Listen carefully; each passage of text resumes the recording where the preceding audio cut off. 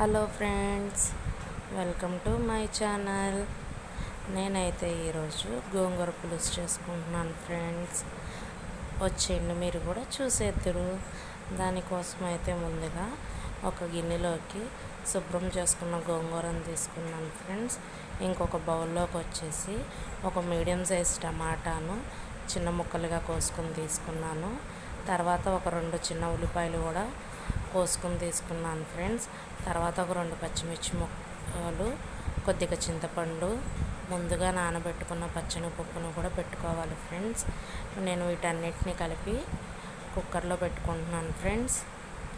కుక్కర్లో 4 విజిల్స్ వచ్చే వరకు ఉంచాలి ఫ్రెండ్స్.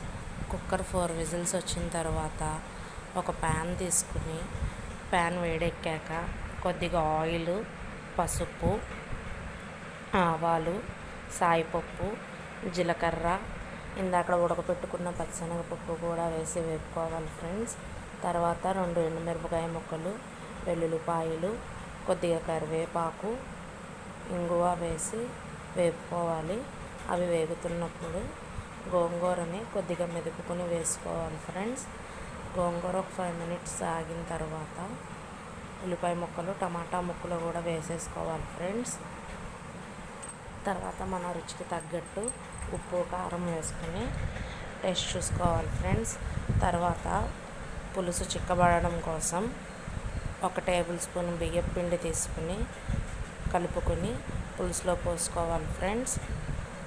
పులుసు చిక్కబడుతుంది. ఒక చిన్న బెల్లం ముక్క వేసుకుంటే రెడీ.